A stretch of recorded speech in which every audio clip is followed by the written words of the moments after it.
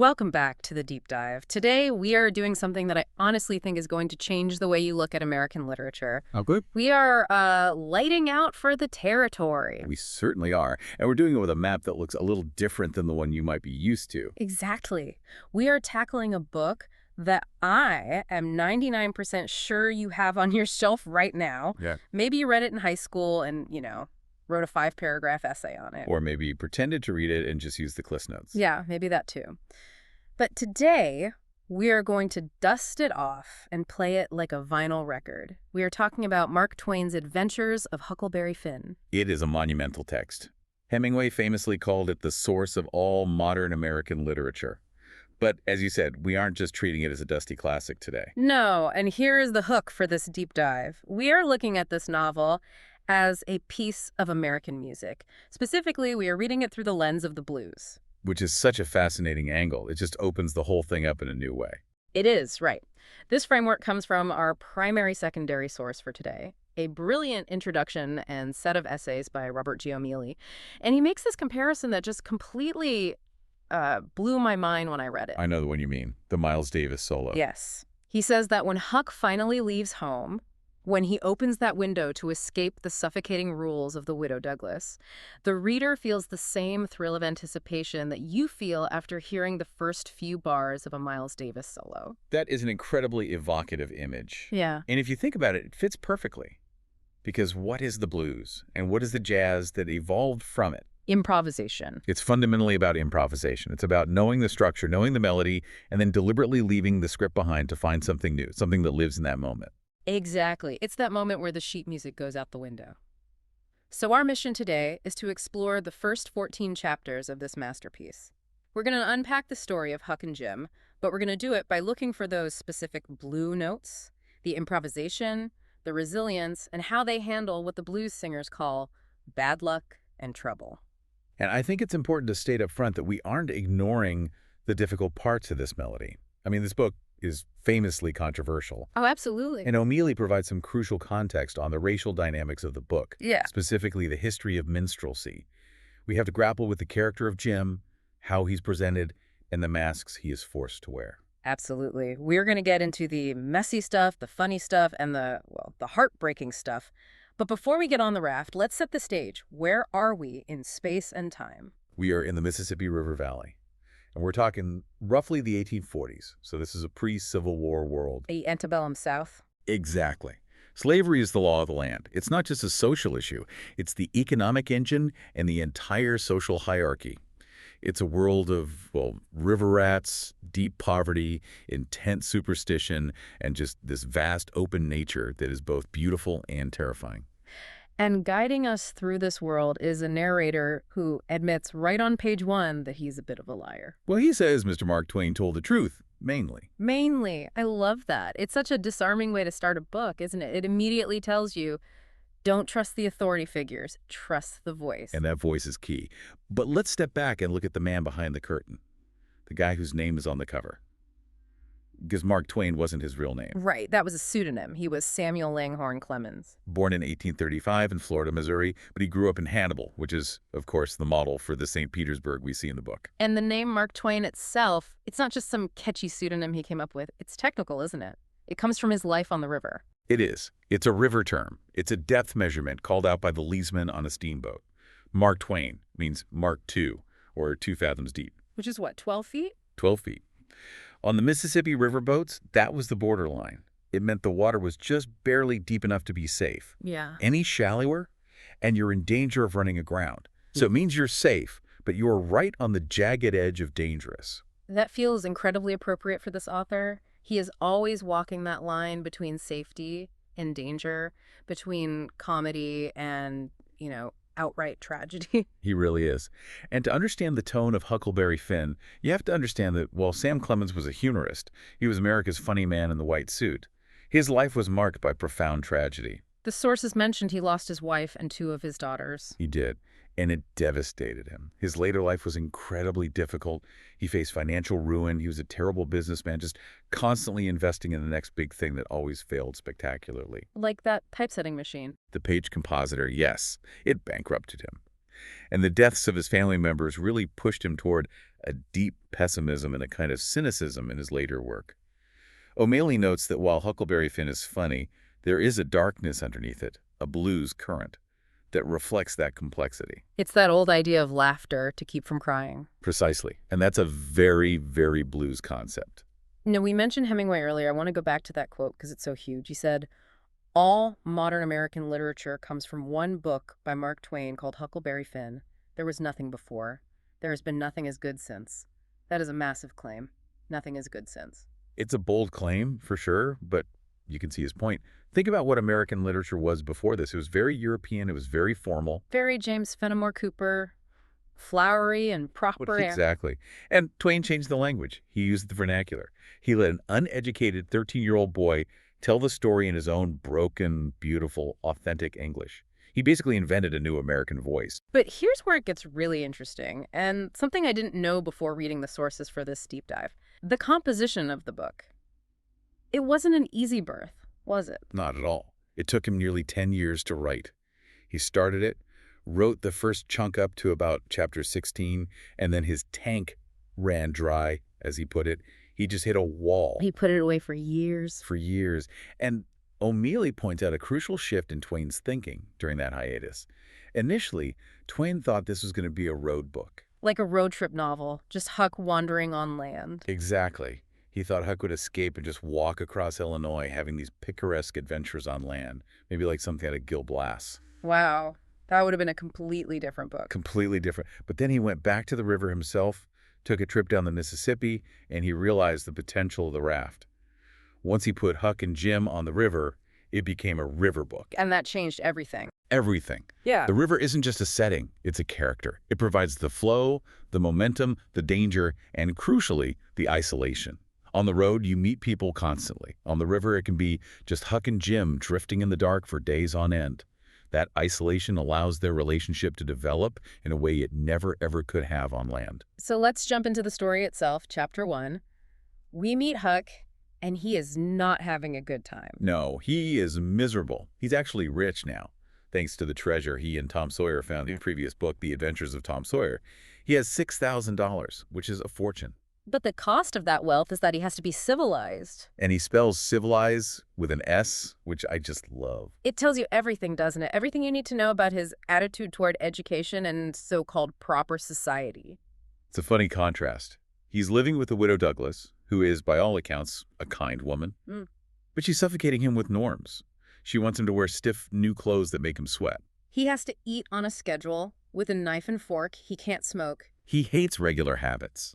He says it makes him feel all cramped up. It's a visceral feeling for him. It's not just an idea. He feels physically trapped by a starched collar and a dinner bell. He just wants to be back in his rags and his sugar hogshead barrel. And then there's Miss Watson, the widow's sister. A bad cop. The ultimate bad cop. She's described as a tolerable, slim old maid with goggles on. Goggles. I laughed out loud at that detail when I reread it. He means spectacles, obviously, but calling them goggles makes her sound like this bug-eyed alien creature staring at him. It completely dehumanizes her from his perspective. It emphasizes how harsh and strange she looks to him. And she is constantly pecking at him.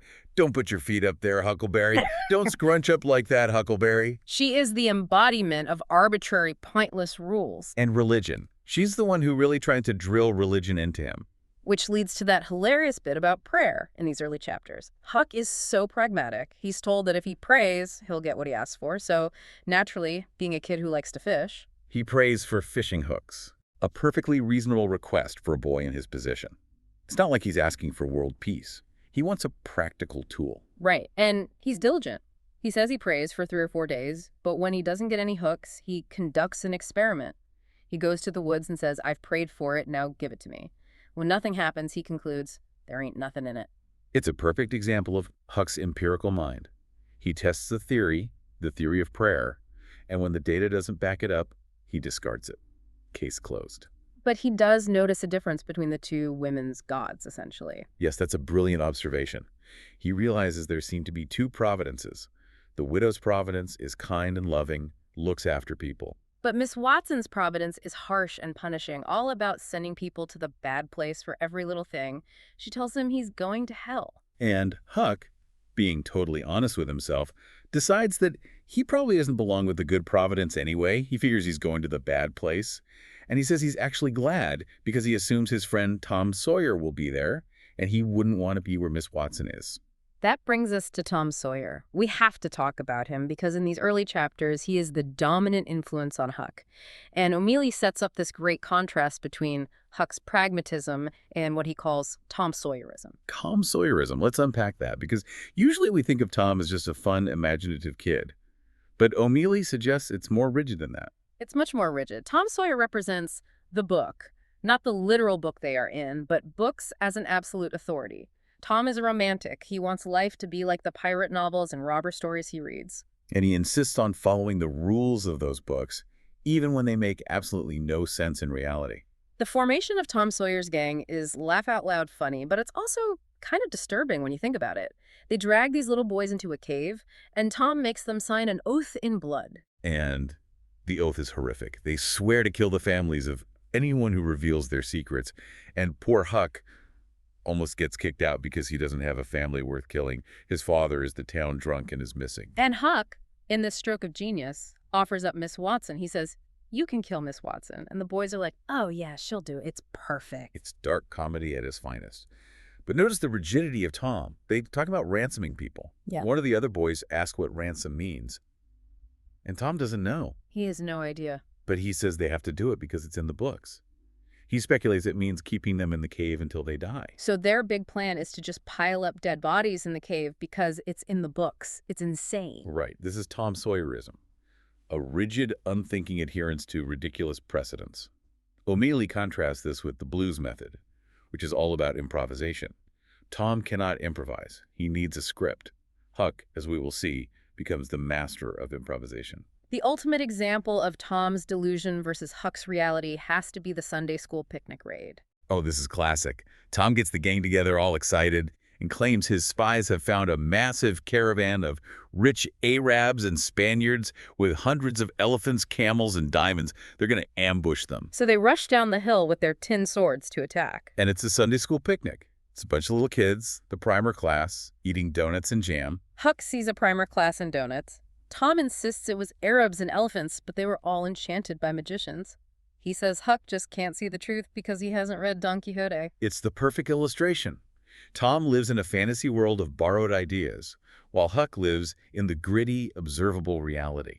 And that reality gets very gritty very fast in Chapter 4. Yeah, the tone shifts dramatically here. We move from the comedy of childhood to a very real threat of violence. It starts with an omen. Huck is outside, and he finds tracks in the snow in the garden. And he notices something specific, a cross in the heel of the boot made with nails to keep off the devil. He knows immediately who it is. It's his father, Pap Finn. And Huck's reaction is not happiness. It's immediate terror. He runs straight to Judge Thatcher and tries to give away all his money. Not just give it away, he wants to legally sell it to him for $1. Exactly. He knows Pap is back for the money Huck and Tom found in the previous book. He wants to legally sever his tie to that fortune to protect it, or rather to protect himself from what Pap will do to get it. It's an incredibly savvy move for a kid. It is. But then we get this really interesting scene with Jim and the hairball. This is our first real introduction to Jim as a source of, well, let's call it alternative wisdom. It's a conjure moment, a piece of folk magic. Huck wants to know what Pap is going to do, so he goes to Jim, who has this hairball that he got from the fourth stomach of an ox. And the transaction to get the magic to work is so specific. Jim says the hairball won't talk without money, so Huck pays with a counterfeit quarter that he sticks in a split raw potato to hide the brass showing through. It's a scam within a superstition. It's wonderful. But the prophecy Jim gives is surprisingly accurate in a bluesy, metaphorical way. What does he say? He says Pap is hovering between two angels, one white and one black. The white one is trying to pull him right, the black one is trying to pull him wrong. He says Huck will have considerable trouble and considerable joy. It's vague, but it sets the thematic stage perfectly. Life is going to be a mix of trouble and joy. And then Huck goes back to his room, and there he is, Pap. The description of Pap Finn is one of the most terrifying and grotesque in all of American literature. Twain doesn't just say he's pale. He describes his skin not just as white, but tree-toad white, a fish belly white. Ugh, that makes my skin crawl. Fish belly white. It's the color of something dead that's been in the water too long. It's meant to. It's the whiteness of disease, of decay, of rot. Pap represents the absolute worst of the white social order. He is ignorant, violent, racist, and pathologically entitled. And the first thing he does is attack Huck for being able to read. He's furious. He says, "You put on frills." He's genuinely angry that his own son is bettering himself. It's a deep, deep resentment of anything that seems better than him. And this leads to that famous and chilling drunken rant. Pap goes on about the government. This is a crucial passage for O'Malley's analysis. Right. He stumbles home drunk and just launches into this tirade. He's furious because he was in town and he saw a free black man. And not just any black man, a college professor from Ohio who was well-dressed, had a gold watch, and most importantly, could vote. And Pap is incensed by this. He cannot handle it. He is beside himself with rage. He says he'll never vote again if the government allows a black man to vote. O'Malley notes that this captures the specific poisonous racism of the era, the poor white resentment of black success.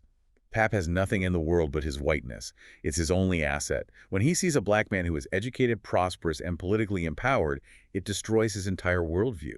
It bankrupts him spiritually. It's just so chillingly rendered. And Pap proves how dangerous he is by kidnapping Huck. He literally snatches him, takes him across the river to a log cabin on the Illinois shore, and locks him in. And strangely, Huck admits he kind of likes it at first. Yeah, which is a weird reaction, but it makes sense for Huck. He says it's lazy and jolly. There's no school, no books, no Miss Watson telling him to sit up straight. He can cuss and smoke all he wants. It's a bit of Stockholm Syndrome, perhaps, but it also reflects Huck's deep desire to return to the wild. He enjoys the lack of civilization, but the cowhide, the beatings with the leather strap become too much, and then the horror really sets in. Pap gets the delirium tremens, the DTs. This scene is straight out of a horror movie. It's absolutely terrifying. Pap is hallucinating snakes crawling all over him. He thinks the angel of death is coming for him, and then he starts screaming that Huck is the angel of death and chases him around the cabin with a knife. It's pure terror. Yeah. Huck has to find an old rifle and hold a gun on his own father just to survive the night. And that's the moment Huck realizes he has to leave. He has to escape. He has to, as the title of our episode says, light out for the territory. And this escape in Chapter 7 is what O'Malley calls the solo. Yes. Yeah. If Huck's life before was constrained by Tom Sawyer's rules and the widow's civilization, this escape is pure jazz improvisation. He has no script. He just uses what he finds. He finds a drift canoe floating down the river and hides it, but he knows he can't just leave. Pap would hunt him down. So he fakes his own death. And the detail here is just gruesome but brilliant. He finds a wild pig in the woods and kills it. He uses the pig's blood to stage a murder scene. He smashes the cabin door with an axe to make it look like robbers broke in. He even pulls out some of his own hair and sticks it to the bloody axe to sell the story. It's so meticulous. He drags a sack of rocks to the river to leave a heavy trail, as if a body was dragged and dumped. He even thinks he used a sack of cornmeal, which he lets leak out as he walks, to create a false trail leading to a lake, just to confuse any dogs and the search party. It's an incredible performance. He is improvising survival. He is composing a fiction, his own death, so that he can finally live. And when he finally pushes off in that canoe, the sensory details Twain uses are incredible. Huck says everything was dead quiet, and it looked late and smelled late. Smelled late. I Yeah. love that description. What does late smell like? You can almost smell it, can't you? The river dampness, Yeah. the rotting vegetation on the bank, the ozone in the night air. And so Huck is dead to the town. He has improvised his way out of society, and he paddles over to his chosen refuge, Jackson's Island. Which brings us to Chapter 8. Huck is alone on the island. And this is where that blues theme of lonesomeness really kicks in for me. Absolutely. O'Malley emphasizes this. You know, the blues isn't just about sad music. It's about articulating the pain of isolation in order to transcend it. And Huck is profoundly isolated here. He's watching the ferry boat float by with his father and Judge Thatcher and all the townspeople on it. And they're firing cannons into the water. Which was a real folk belief, right? Apparently so. They thought the concussion from the cannon would make the gall bladder of a drowned person burst or something, causing the corpse to float to the surface. So he's watching them search for his own dead body. And then they float loaves of bread down the river with quicksilver baked inside, another folk method for finding a body. And Huck just fishes one out and eats it for breakfast. The irony is incredible. He's eating the bread meant to find his own corpse. It's a profound state of solitude. And Twain really makes you feel it. Huck talks about counting the stars and counting the drift logs floating by. He says, there ain't no better way to put in time when you are lonesome. But then the solo becomes a duet. He's been on the island a few days, and one morning he sees the ashes of a campfire that are still smoking. His heart jumps. He's scared. He thinks someone's found him, so he creeps through the woods and he finds Jim, Miss Watson's slave. And Jim's first reaction is pure terror. He thinks Huck is a ghost. Don't hurt me, don't. I ain't never done no harm to a ghost. He's down on his knees begging. Once they establish that Huck isn't dead, the dynamic shifts completely. Huck is overjoyed to see a friendly face, but then he asks the crucial question. Why is Jim here? And Jim hesitates. He makes Huck promise not to tell. He says, "You wouldn't tell on me if I was to tell you." And Huck promises. Honest Injun, he says, which is a problematic phrase today, of course, but in the context, it's Huck's most solemn oath. And that's when Jim reveals he has run away. And the reason is just heartbreaking. He overheard Miss Watson, the very same woman who was teaching him to spell, talking about selling him. Selling him down to New Orleans for $800. Despite her promise not to, she'd said she wouldn't sell him away from his family. Exactly. The economics of slavery outweighed her promise. $800 was a lot of money. For Jim, it meant being sold down the river, which was a death sentence for a slave. It meant being separated from his wife and children forever, sent to the brutal sugar plantations of the Deep South. So Jim ran. And this moment right here is the pivot of the entire novel. It's the point of no return. It is. You have Huck, who is socially dead. He faked his murder. And you have Jim, who is legally property a runaway. They are two complete outcasts. And on this island, outside of society, they form a new community of two. They move from soloing to swinging together, to use O'Malley's jazz metaphor.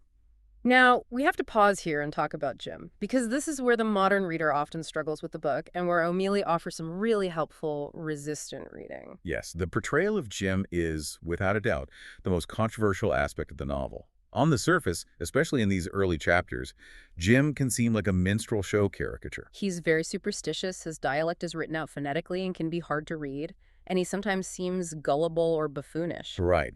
And critics like Ralph Ellison and Sterling Brown have argued about this for decades. Ellison noted that Jim often wears the mask of the minstrel, the buffoonery that white audiences of the time expected. But, and this is the absolute key, beneath that mask is a deep, complex, and powerful humanity. O'Malley calls it an ill-made clown suit that can't quite hide the dignified man inside. That's a perfect description. If we look closely, if we read resistantly, Jim is the moral center of the book. He is a father figure to Huck. And he has this profound sense of self-worth that completely defies his legal status as property.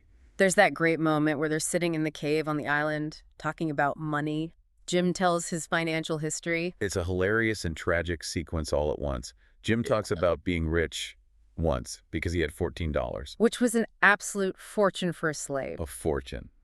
But he lost it all in a series of bad investments. He invested in a cow that died. He invested in a bank run by a one-legged slave that went bust. He gave some to another slave who was a preacher, Balaam's ass, a reference to a talking biblical donkey, but basically meaning he gave it to the poor. It sounds like this whole comedy routine of financial failure, but then Jim lands this line that just stopped you in your tracks. He says, yes, I's rich now, come to look at it. I owns myself, and I's worth $800. I owns myself. That is one of the most radical statements in American literature. He is claiming his own body and soul as his capital. He is reappropriating the price tag Miss Watson put on him and turning it into a statement of profound self-worth. That is the blue spirit right there, transforming tragedy into triumph. And we see that bond between them and Huck's immaturity tested in Chapter 10 with the snakeskin incident. This is such a crucial moment for their relationship.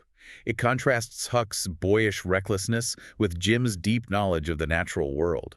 Huck finds and touches a snakeskin, which Jim warns is terrible luck. And Huck, being a mischievous kid who doesn't believe in superstition, decides to play a prank. He kills a rattlesnake and coils it up in Jim's blanket, thinking it'll be funny when Jim finds it. But he forgets, or more likely just doesn't know, that a snake's mate will often come to the dead body. The mate comes, and when Jim lies down that night, it bites him on the heel. It's not funny at all. Jim is in agony. He's sick for 4 days and 4 nights. Pap's jug of whiskey comes in handy as a folk remedy. And Huck. He is consumed with guilt. He is ashamed. He throws the dead snakes away so Jim won't know it was him. He doesn't confess. He doesn't apologize yet, but he feels the weight of it. He realizes that his fun has real-world painful consequences for Jim. It's a huge step in his moral education. And it also validates the bad luck theme. In the blues, bad luck is a constant companion. It's a force of nature you have to deal with. If it wasn't for bad luck, I wouldn't have no luck at all, as the old song goes. Yeah. It's just part of the landscape. So after Jim recovers, they start getting restless. Huck wants to go into the nearby town and hear the news, find out if people are still looking for him or for Jim, but he can't go as Huck Finn. So improvisation time again. He decides to dress up as a girl. This scene in chapter 11 is one of the funniest in the book. He puts on an old calico dress they found, a bonnet, and goes to the house of a newcomer to the town, Mrs. Judith Loftus. And he spins this whole elaborate yarn about being Sarah Williams from Hookerville. He's just making it up as he goes. But Mrs. Loftus is sharp. She's watching him. And she catches him with 3 specific tests of gender performance. I love these tests. They're so specific. The first one is the needle. She asks him to thread a needle. Huck holds the needle still and brings the thread to it. Mrs. Loftus points out that a girl would hold the thread still and poke the needle at it. Then there's the rat. She sees a rat in the corner and asks Huck to throw a lump of lead at it. And Huck throws it with his wrist and elbow, a perfect boyish baseball-style throw. She says a girl throws with her whole arm, stiff, like she's tossing a beanbag. And finally, the lap test. She drops the lump of lead into his lap from a few feet away. And Huck claps his legs together to catch it. A girl, wearing a skirt, would instinctively spread her legs apart to make a basket with her dress to catch it. Busted on all 3 counts. Completely busted. Yeah. But Mrs. Loftus isn't malicious about it. She's actually kind of amused. But then she reveals the news that is absolutely terrifying. She says there is a $300 reward out for Jim and a $200 reward for finding Pap, who is a suspect in Huck's murder. But the real kicker... The real kicker is she says her husband has seen smoke over on Jackson's Island, and he thinks the runaway slave is hiding there. And he's going over there with a gun that night, right after midnight, to hunt for him. This is the ticking clock. The danger is immediate. Huck rushes back to the island, and the words he uses here are so important. He wakes Jim up and says, "Get up and hump yourself, Jim. There ain't a minute to lose. They're after us." They're after us. Now they're after you. He has fully and completely aligned himself with Jim. He has. Yeah. At that moment, he crossed the line. In the eyes of the law, he's now an accomplice. He's a criminal. He is an outcast, just like Jim. So they shove off on the raft, and now we enter the river section proper, chapters 12 and 13, life on the raft. O'Mealy notes that the raft becomes this sacred space of freedom, a temporary autonomous zone, you might call it. They build a wigwam for shelter. They drift at night and hide during the day. It's cozy. It's a respite from the cruel, hypocritical civilization on the shore. But they still have to eat, so they have this hilarious debate about borrowing. The moral gymnastics here are just great. Pap always said it's okay to borrow things like a chicken or a watermelon if you mean to pay it back someday. The widow, of course, said that's just a soft name for stealing. So Huck and Jim need to find a compromise they can live with. And they do. They decide to set a moral boundary. They make a list of things they won't borrow. They agree to drop crabapples and persimmons from their list. Why those 2? Because crabapples are gross, and persimmons weren't ripe yet. Of course. Exactly. By sacrificing the things they didn't want anyway, they felt morally clear to go on borrowing the watermelons and corn they did want. It's a very human way of rationalizing survival. But the peace doesn't last long. They come across a wrecked steamboat in a storm, the Walter Scott. And here comes that Tom Sawyer influence creeping back in. Huck sees the wreck and immediately wants to board it. He thinks it's an adventure. He wants to be like Tom and the robbers. Jim is reluctant. He's the voice of reason, saying it's too dangerous.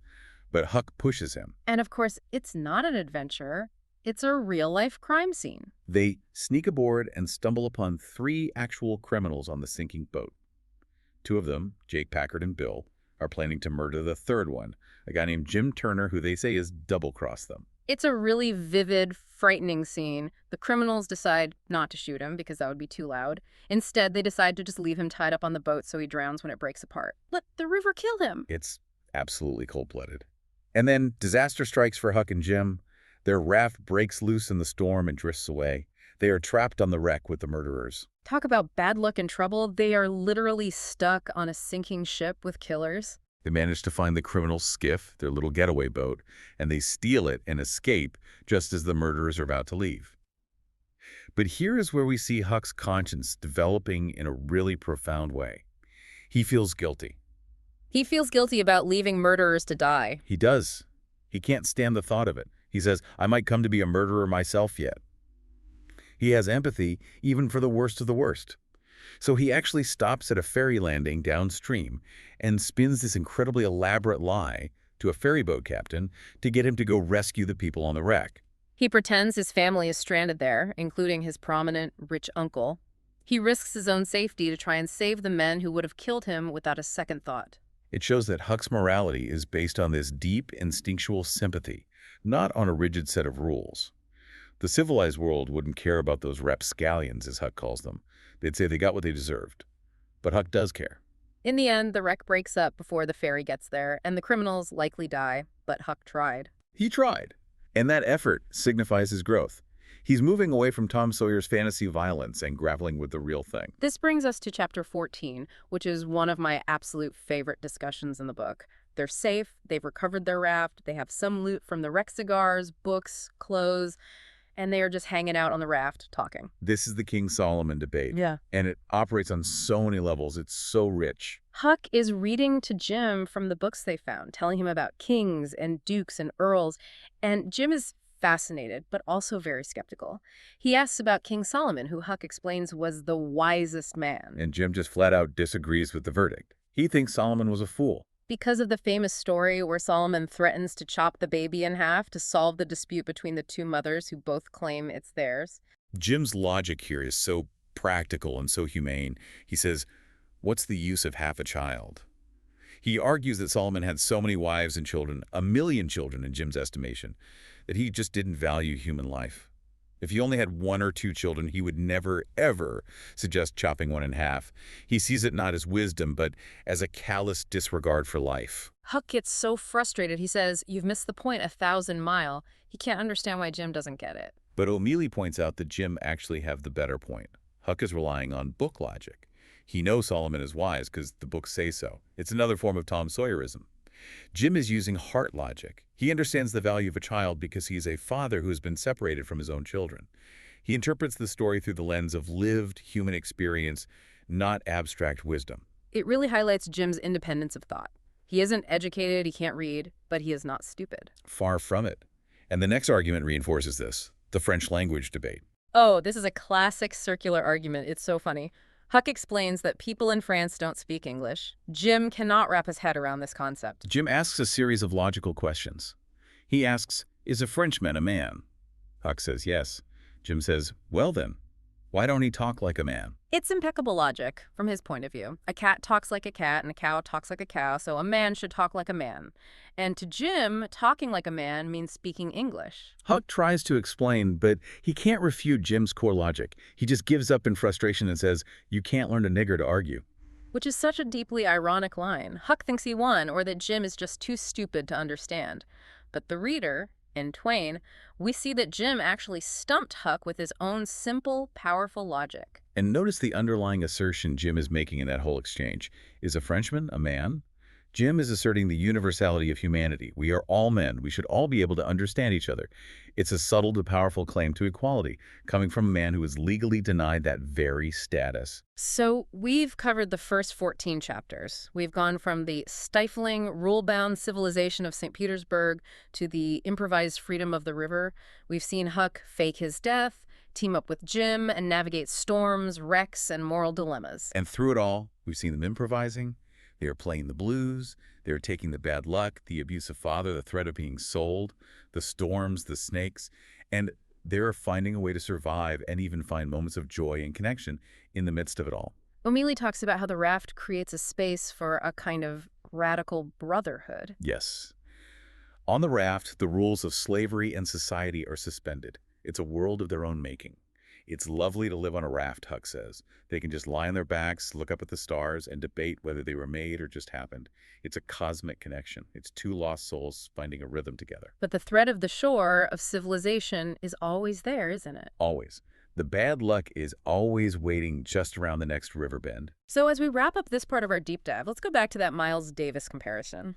Huck and Jim are improvising. They were soloing, but now they are swinging together. They've found their groove. And the question O'Mealy leaves us with is a powerful one, and one that resonates right into the 21st century. He asks, Are we still Tom Sawyers? Unpack that. What does that mean for us today? It means, are we still relying on old, rigid precedents? Are we sticking to the books, the old racisms, the outdated laws, the societal norms that say, this is how it must be done because it's always been done this way? Or can we be like Huck? Can we be willing to improvise a better way? Can we be willing to look at a human being like Jim and see the human, not the label that society has slapped on them? Can we look at the bad luck and trouble of our world and find a way to swing through it with empathy and courage? Can we be willing to, as Huck will later say, go to hell for what we know is right, rather than following the Sunday school rules that we know are wrong and that condone injustice? That is the challenge, isn't it? To light out for the territory, to leave the civilization that suffocates our best instincts, and find the freedom on the river to be truly human. It's a journey we're all still on. It certainly is. Thanks for taking this ride down the river with us. My pleasure. It was great. We'll see you on the next deep dive.